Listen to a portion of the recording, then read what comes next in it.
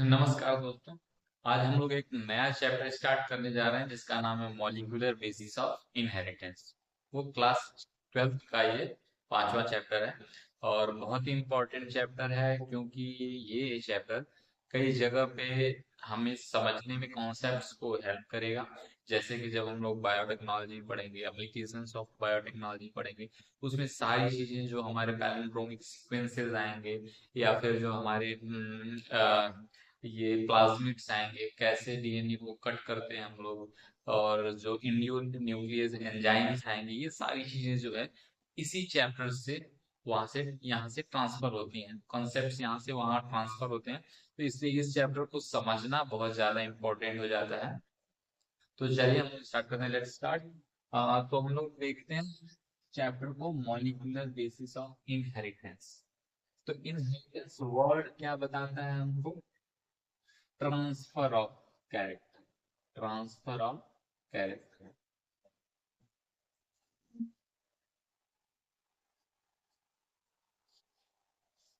Transfer of character from their parents to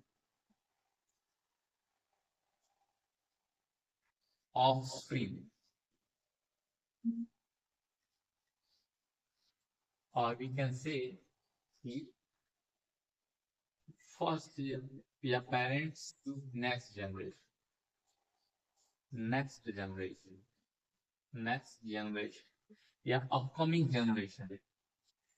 characters का जो transfer होता है उसी को हम लोग कहते हैं इनहेरिट, और ये प्रॉपर्टी कहलाती है inheritance.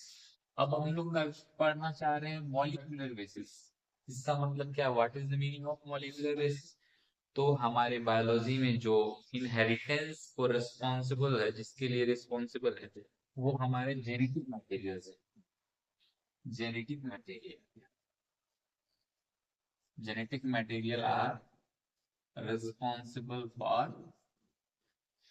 inheritance. We can say DNA और आरएनए, और gene are the part of DNA. ठीक, तो मेनली हम कह सकते हैं gene are responsible for the inheritance, but gene are found on chromosomes and special fragments of DNA. तो हम लोग यहाँ पे पढ़ने स्टार्ट करेंगे molecular basis of inheritance. That means basically we study about DNA or RNA, how the hell they are in inheritance. तो हम लोग यहाँ पे कुछ एग्जांपल्स दे रहे हैं कि डीएनए हाउ मच लार्ज। तो हम एग्जांपल लेते हैं एक ऑर्गेनिज्म 5174, जिसमें 5386 न्यूक्लियोटाइड पाए जाते हैं। अभी हम लोग डिस्कस करेंगे what is nucleotide, what is base pair, what is sugar and what is nitrogenous base, so many things. But अभी फिलहाल हम लोग जनरल कंसेप्ट ले लेते हैं। दूसरा एग्जांपल है क्यू इकोलाई। इकोलाई एक बैक्टीरिया, और इसमें 4.6 इंटू 10⁻6 बेस पेयर पाए जाते हैं।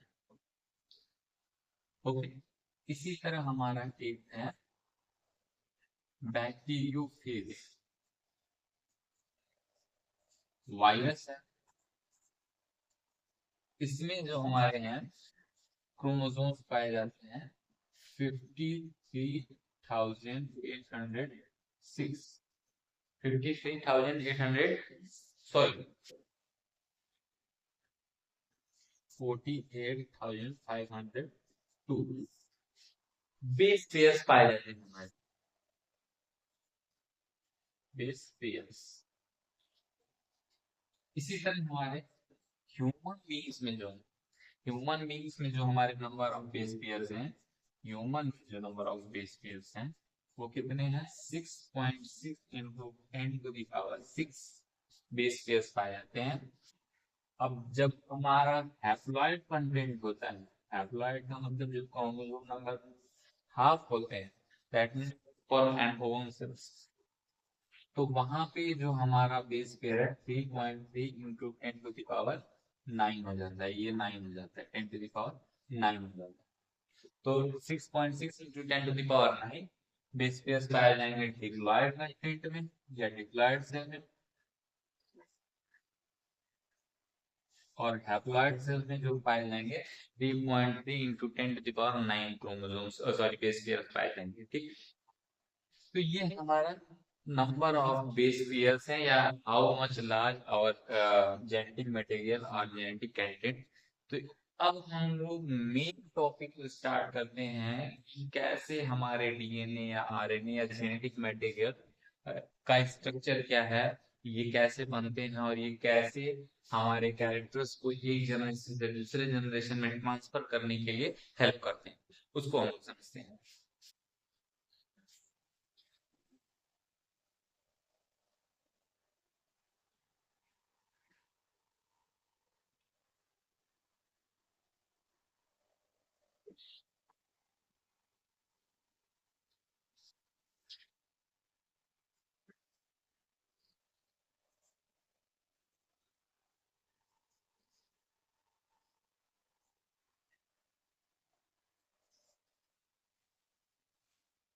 Structure of genetic material,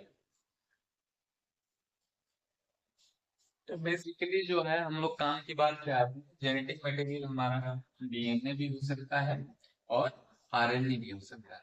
okay, अभी हम लोग आगे डिस्कस करेंगे who is the best genetic material and why, इसके ऊपर बहुत डिस्कशन है ये चैप्टर में।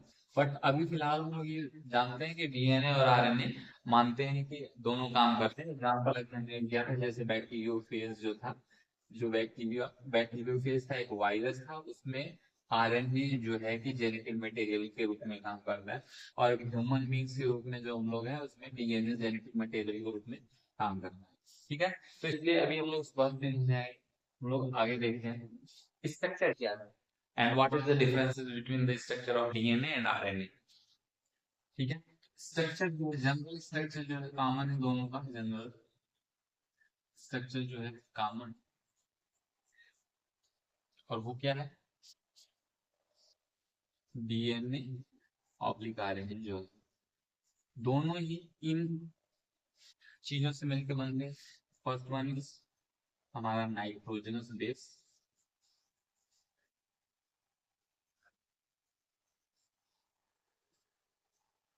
Second one is pentose sugar,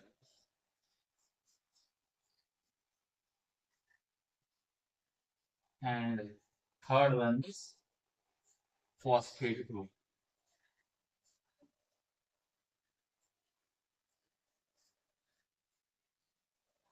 okay, ये तीन चीजें जो है बेसिकली इंपॉर्टेंट है हमारी, वो चाहे डीएनए हो चाहे आरएनए हो, उसके स्ट्रक्चर को बनाने के लिए।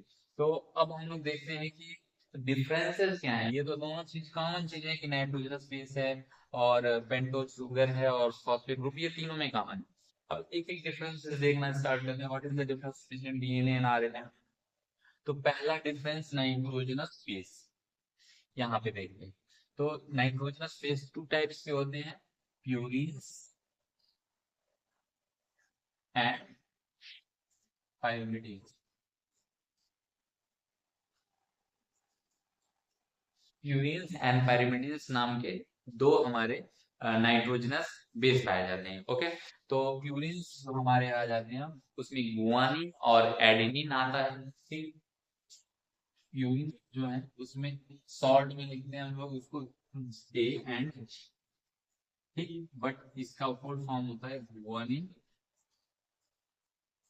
और इसका फुल फॉर्म होता है एडेनिन।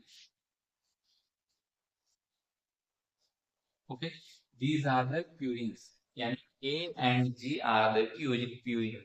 तो पाइरिमिड्स थ्री टाइप्स के होते हैं। इसमें हमारा आता है यूरेसिल,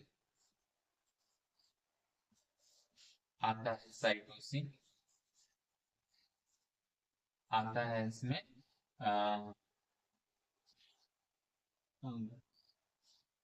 थाइमिन। ओके, ये हमारे पाइरिमिडीन है और ये हमारे प्यूरिन। ठीक है, ओके, अब ये टाइप्स हैं, प्यूरिन्स के दो टाइप्स हो गए, गुआनिन एंड एडेनिन। हमारे पाइरीडीन की यूरेसिल, साइटोसिन एंड थायमिन। अब समझने की बात है, ये जो हमारी चीजें हैं ये हमारे कॉमन है, चाहे वो डीएनए हो या आरएनए। ये भी चीजें हमारी, ये चीज कॉमन है, डीएनए हो या RNA. But thymine and uracil,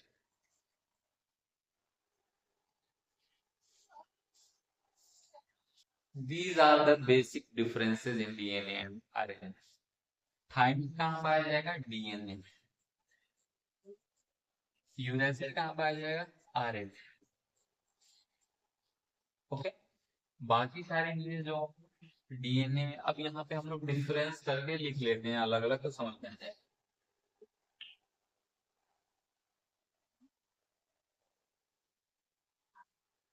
यहाँ पे लिखते हैं डीएनए, डीएनए में क्या क्या बेसिस पाए जाएंगे, ठीक है, नाइट्रोजनस बेस और आरएनए।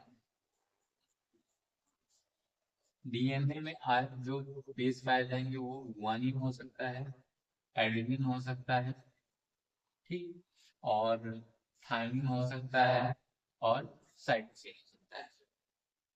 यहाँ पे हमारा जो आरएनए में होगा वो गुआनिन हो सकता है, एडेनिन हो सकता है, ठीक, साइटोसिन हो सकता है, बट थाइमिन नहीं। थाइमिन की जगह हमारा क्या होगा? Uracil. These are the basic differences in RNA. Thymine is replaced by uracil.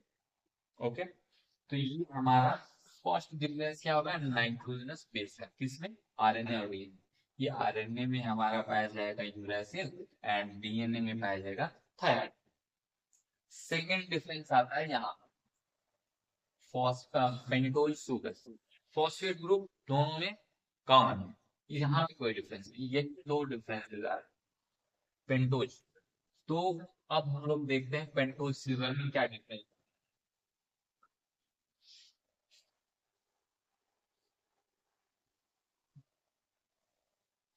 Pentose sugar जो हमारे हैं वो दो तरह, एक राइबोज और दूसरा हो गया कीऑक्स। Okay, pentose sugar two types के हो गए, oxy ribose and deoxy ribose. Ribose वाला जो पाया जाएगा आरएनए में पाया जाएगा, और डीऑक्सीराइबोज वाला पाया जाएगा डीएनए। नाम से ही पता चल रहा है, आर से राइबोज, डी से डीएनए, ठीक है। तो अब हम लोग समझते हैं कि इनका पेंटोज शुगर में क्या डिफरेंसेस आ जाते हैं, इसकी वजह से हमारा कोई कोई शुगर राइबोज हो जाता है, कोई शुगर डीऑक्सीराइबोज हो जाता है। तो बेसिक सा डिफरेंस होता है, जो कि .2 पोजीशन पे जो शुगर का जो स्ट्रक्चर उसमें दूसरे नंबर पे ऑक्सीजन लैग करता है, ठीक, instead of oxygen hydroxyl group replaced by hydrogen. वो स्ट्रक्चर बना के हम लोग देख लेते हैं, what is the difference between ribose and deoxyribose.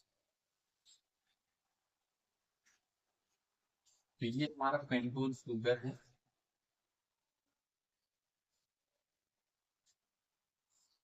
यहाँ पे ऑक्सीजन, ये दूसरा पेंटोज शुगर है, okay? यहाँ पे भी ऑक्सीजन। यहाँ से काउंटिंग स्टार्ट करते हैं, first, second, third, fourth. Okay, तो फर्स्ट कार्बन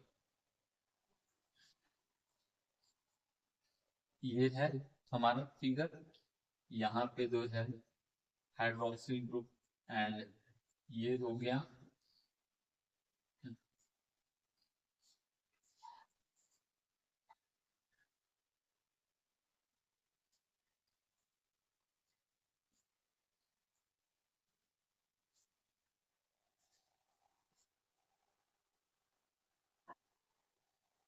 ओके, ये फिगर हमारा हो गया ribose. This is the ribose sugar. अब यहाँ पे हम समझाएंगे डी ऑक्सी राइबोज की क्या डिफरेंस। OH H.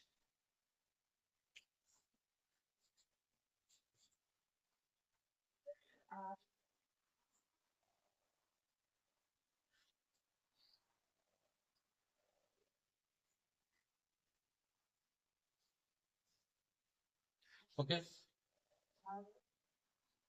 CH2 है। यहाँ पे देखो number 1 carbon, number 2 carbon, number 3 carbon, number 4 carbon, number 5 carbon same है। Number 1, number 2, number 3, number 4, number 5, सारी चीजें तो सेम, बट नंबर 2 कार्बन पे यहाँ पे OH ग्रुप है, यहाँ पे हाइड्रोजन। तो OH ग्रुप यानी hydroxyl group is replaced bye hydrogen in a deoxyribose sugar. Deoxyribose sugar में एक ऑक्सीजन या एक हाइड्रोक्सिल ग्रुप नहीं होता है और इसीलिए ये इसका नाम पड़ता है डीऑक्सीराइबोज। ओके, तो ये हमारा हो गया basic difference in pentose sugar. अब हम आगे बढ़ते हैं, स्ट्रक्चर ऑफ डीएनए। अब आगे देखते हैं हम लोग कि कैसे हमारा डीएनए बनता है या आरएनए कैसे बनता है। तो पहले हम लोग एक वर्ड देखते हैं, डीएनए क्या है। डीएनए क्या है? Polynucleotide chain. Polynucleotide chain. Same RNA भी पॉलीन्यूक्लियोटाइड चेन है। डीएनए या आरएनए क्या है? पॉलीन्यूक्लियोटाइड। जैसे हम लोग पढ़ते हैं पॉलीमर्स। पॉलीमर्स, तो पॉलीमर कैसे बनता है? बहुत सारे मोनोमर्स को ज्वाइन करने पे हमारा क्या बन जाता है? पॉली। ठीक है, जैसे कि एक हमारा है स्टार्च। स्टार्च एक पॉलीमर है और कैसे बनता है?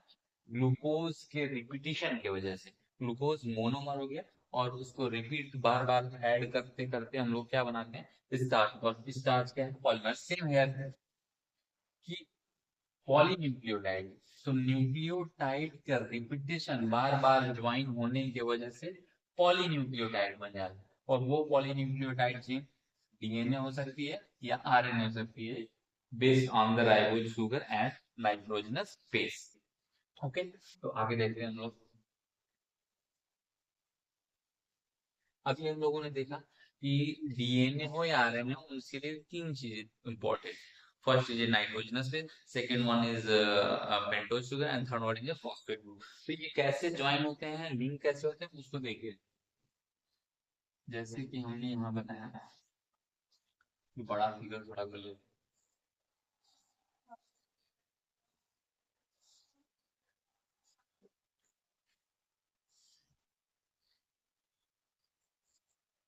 हम लोग राइबोज शुगर को एग्जांपल लेके आगे देखते हैं, ठीक।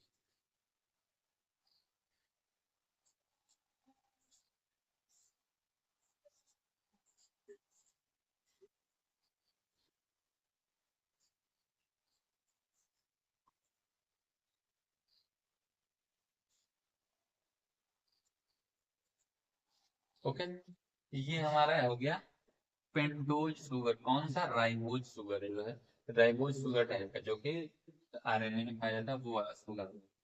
अब इसमें हम लोग इस वाले में नंबर 1 वाले जगह यहाँ पे क्या कर देते हैं? नंबर 1 वाले बेस पे नाइट्रोजनस बेस ऐड कर देते हैं। तो नाइट्रोजनस बेस पे यहाँ ऐड कर देते हैं। मान लीजिए नाइट्रोजनस बेस कौन सा वाला हमने यहाँ कर लिया? गुआन। तो यहाँ जी लिख लेते हैं, यहाँ जी ऐड किया, ठीक। अब ये जी ऐड हो गया, उसके बाद अब हम लोग यहाँ पे क्या ऐड कर सकते हैं? तीसरी चीज आ गई। फर्स्ट चीज है pentose sugar, second one is nitrogenous base and third is a phosphate group. तो यहाँ पे फॉस्फेट ग्रुप ऐड कर लेते हैं। तो फॉस्फेट ग्रुप ऐड करते हैं यहाँ पे, तो यहाँ पे पी कर लेते हैं, यहाँ पे 4, ये हो गया, ये हो गया फॉस्फेट। तो अब हम लोग इसको बोलते हैं न्यूक्लियोटाइड, न्यूक्लियोटाइड यानी कि जब इन चीजों को हम लोग ऐड कर देते हैं, बेस को भी ऐड कर देते हैं, पेंटोज शुगर को भी ऐड कर देते हैं और फॉस्फेट ग्रुप को भी ऐड कर देते हैं, तो जो स्ट्रक्चर फॉर्म होता है वो कहलाता है न्यूक्लियोटाइड। अगर हम लोग केवल यहाँ पे बेस और पेंटोज शुगर को ऐड किए, यहाँ पे फॉस्फेट ग्रुप ऐड नहीं किए हैं, यहाँ पे ओएच ग्रुप है, तो ये न्यूक्लियोटाइड नहीं कहलाएगा, तब इसको बोलेंगे हम लोग न्यूक्लियोसाइड, न्यूक्लियोसाइड ये कहलाएगा न्यूक्लियोसाइड। तो अभी यहाँ पे कौन सा बेस ऐड है, गुआनिन, तो कौन सा हमारा न्यूक्लियोसाइड बनेगा, उसका नाम क्या रखेंगे हम लोग, गुआनोसिन।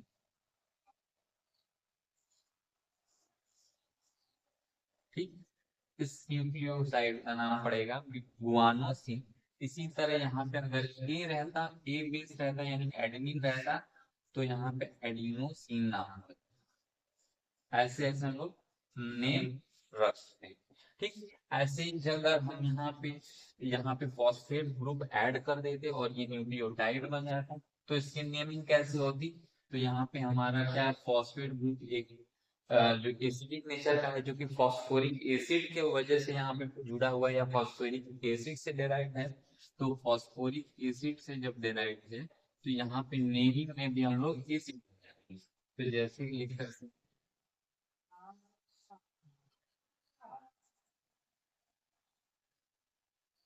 गुआनिलिक एसिड। ओके, अगर यहाँ पे जी रहेगा तो क्या लिखना है, गुआनिलिक एसिड। ओके, इसी तरह हम लोग लिखेंगे एडिनिलिक एसिड, अगर यहाँ पे ए लिखें तो एडिनिलिक एसिड हो जाएगा, एसिड।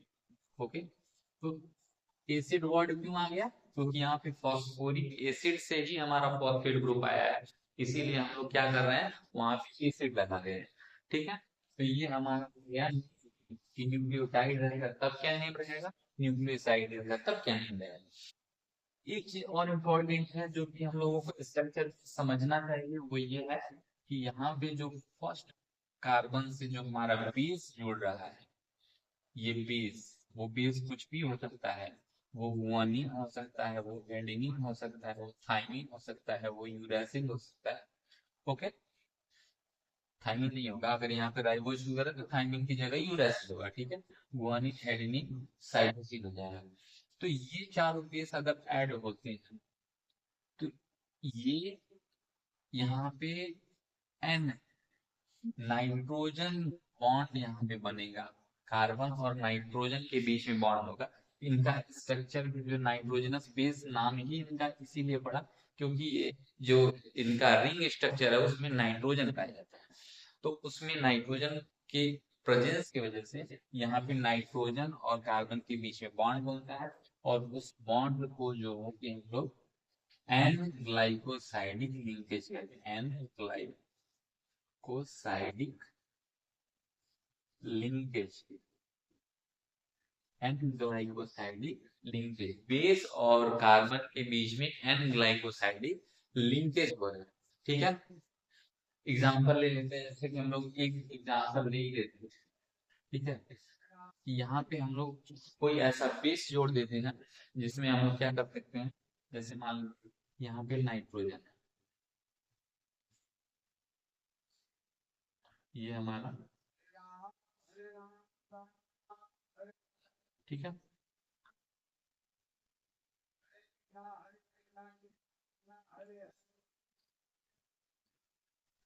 इस तरह से कोई बेस जोड़ दिए। ठीक है, ये हमारा एक बेस हो गया। ठीक, अब बेस जो हमारा हो गया, यहाँ पे NH ग्रुप हो गया, यहाँ पे ऑक्सीजन ग्रुप हो गया। ठीक, तो ये एक बेस जो है हमारा, यहाँ पे रिंग में नाइट्रोजन है और यहाँ पे रिंग में कार्बन है, तो नाइट्रोजन और कार्बन के बीच में ही बॉन्ड बना है, और इसीलिए इसका नाम हमने अभी बताया N glycosidic linkage bond, N glycosidic linkage. ठीक है, एन ग्लाइकोसाइडिक लिंकेज का नाम होता है। अब हम लोग एक और चीज देखते हैं, जब यहाँ तो क्या हो गया, बेस जब पेंटोज शुगर से ऐड हो रहा है तो उस समय जो बॉन्ड बन रहा है उसका नाम एन ग्लाइकोसाइडिक लिंकेज है।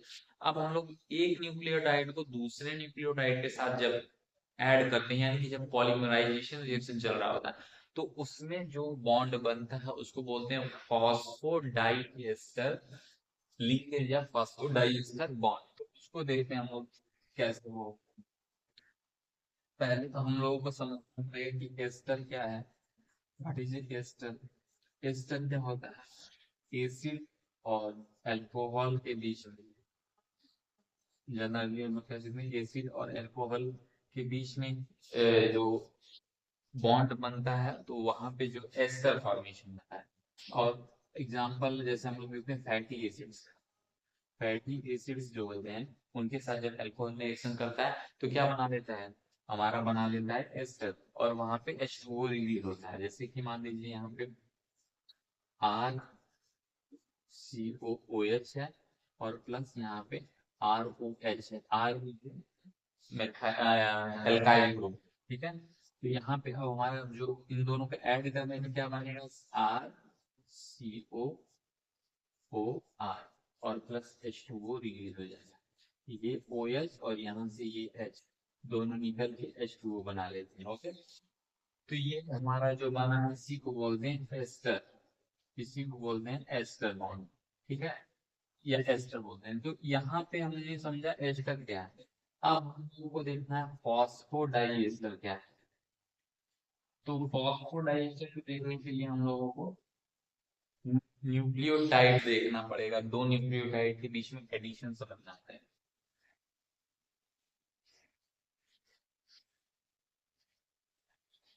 यहाँ पे एक मान लीजिए हमने स्ट्रक्चर बनाया, ये न्यूक्लियोटाइड, ये पेंटोज। पेंटोज शुगर में यहाँ पे हमारा है ये OH, यहाँ पे H है, यहाँ पे OH, यहाँ पे भी OH है, H है, H। ठीक, यहाँ पे ये हमारा हो गया पेंटोज। यहाँ पे हमारा एक बेस ऐड है, बेस ऐड हो गया, बेस ऐड हो गया, मान लीजिए जी बेस ऐड है, तो ये बन गया हमारा न्यूक्लियोसाइड। अब यहाँ पे हम लोगों को क्या जोड़ना है, फॉस्फेट ग्रुप जोड़ना है। यहाँ पे फॉस्फेट ग्रुप जोड़ दिया हमने, तो यहाँ पे OP डबल 1 ये हो गया। ओके, ये हमारा फर्स्ट न्यूक्लियोटाइड। ठीक, अब इसमें दूसरा नेक्स्ट वन का न्यूक्लियोटाइड इसमें ऐड कर, तो यहाँ पे एक न्यूक्लियोटाइड आता है।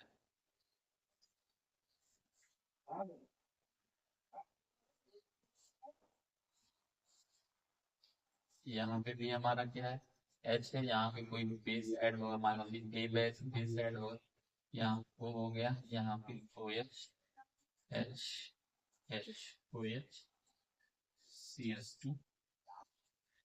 यहाँ पे हमारा हो गया OP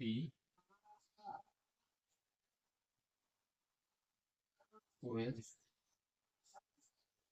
ठीक, यहाँ पे ये हो गया। अब जो है ये वाला OH जो है इसमें से H रिलीज होगा। कैसे होगा देखिए, यहाँ पे ऑक्सीजन और हाइड्रोजन के बीच में बॉन्ड है, ये वाला बॉन्ड इधर को शिफ्ट हो जाएगा। ठीक, तो शिफ्ट होगा तो यहाँ पे नेगेटिव चार्ज हो जाएगा, ये हाइड्रोजन यहाँ पे पॉजिटिव चार्ज होकर रिलीज हो जाएगा। ठीक, यहाँ से OH नेगेटिव रिलीज हो जाएगा, ये वाला जो बॉन्ड है OH माइनस के रूप में निकलेगा, और ये बना लेंगे क्या, H2। तो यहाँ से और ये वाला फिर नेगेटिव चार्ज यहाँ पे अटैक मारेगा, तो स्ट्रक्चर क्या बन जाएगा, यहाँ देख लेते हैं। ये बनेगा हमारा यहाँ पे बन गया जी, ओ एच हो गया, ओ एच हो गया, C H two, P O minus minus, ठीक, ये हो गया। यहाँ पे जो ओ एच है उसकी जगह पे हमारा क्या हो गया, ये बन गया, यहाँ पे पी हो गया, यहाँ पे हमारा क्या हो गया, डबल बॉन्ड हो गया, यहाँ पे ये माइनस, यहाँ पे ओ। अब यहाँ पे हम लोग बना देते हैं C H to,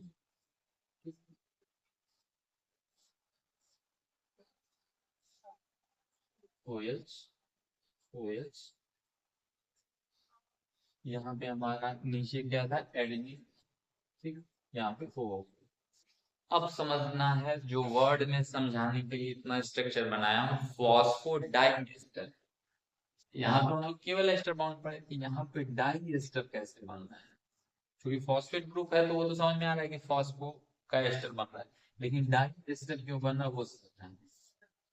die ester क्यों बन रहा है, यहाँ पे ओ एच ग्रुप था, यहाँ पे ओ एच ग्रुप था, तो यहाँ पे एच निकला, यहाँ पे एक एस्टर इस वाले पेंटोज शुगर के साथ बना, ठीक, और दूसरा वाला अभी भी यहाँ बनाया था, ये ओ एच ग्रुप निकाल के, और यहाँ पे जो एक इस वाले राइबोज के साथ एस्टर बना, तो एक यहाँ पे एस्टर बन गया, एक इस वाले राइबोज के साथ बन गया, इसीलिए इस बॉन्ड का नाम पड़ता है फॉस्फोडाइएस्टर बॉन्ड, क्योंकि फॉस्फेट ग्रुप के साथ बढ़ रहा है, फॉस्फो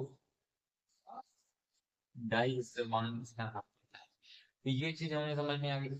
अब ये हमारा क्या बन गया, यहाँ पे एक न्यूक्लियोटाइड, ये दो न्यूक्लियोटाइड मिलकर बन गए डाई न्यूक्लियोटाइड, डाई न्यूक्लियोटाइड। इसी तरह जोड़ते जाएंगे, ऐड होते जाएंगे, और पॉलीन्यूक्लियोटाइड बन जाएगा, ठीक। अगर राइबोज शुगर है तो वो बनाएगा क्या, डीऑक्सी न्यूक्लियोटाइड बन जाएगा या डीएनए बन जाएगा, और अगर राइबोज की जगह डी, सॉरी, हाँ राइबोज शुगर है तो आरएनए बनेगा, डीऑक्सी राइबोज रहेगा तो डीएनए बन जाएगा। ये चीजें तो हमारी हो गई क्या, स्ट्रक्चर, ठीक है। तो अब हमारा, चूंकि ये हमारा देखिए क्या है, फॉस्फेट ग्रुप है, और ये जो हमारा पेंटोज शुगर है, ये हमारा किनारे पे है, साइड, और क्या बनाते हैं, बैक, जेनेटिक मटेरियल का बैकबोन जो बनता है वो किसकी वजह से बनता है, phosphate group and pentose sugar. देखिए ना हम लोग साइड साइड में ऐसे चल रहे हैं, जबकि जो हमारा बेस है, बेस है अंदर की तरफ इन साइड प्रोजेक्टेड है, तो वो तो हाइड्रोजन बॉन्ड बनाएगा, बट यहाँ पे जो है बैकबोन कौन बनाता है, जो हमारा फॉस्फोडाइएस्टर, सॉरी, ये जो हमारा pentose sugar and phosphate group जो है कि डीएनए या आरएनए के बैकबोन बनाते हैं, ठीक है। तो ये हमारा स्ट्रक्चर हो गया। तो अब आगे हम लोग टॉपिक जब पढ़ेंगे पढ़ेंगे कि what is the selling feature of the DNA. आगे वाले टॉपिक में जब हम पढ़ेंगे तो सेलिंग फीचर क्या है, ठीक है, कि हाइड्रोजन बॉन्डिंग कैसे होती है, उसमें जो हमारा एक हेलिक्स के बीच में कितने नैनोमीटर का होता है, कितने राउंडिंग होती हैं, ठीक है, और फिर सेंट्रल डोग्मा के बारे में हम लोग पढ़ेंगे, अभी बहुत सारी चीजें पढ़ना है। तो आज की वीडियो में यहीं तक, धन्यवाद।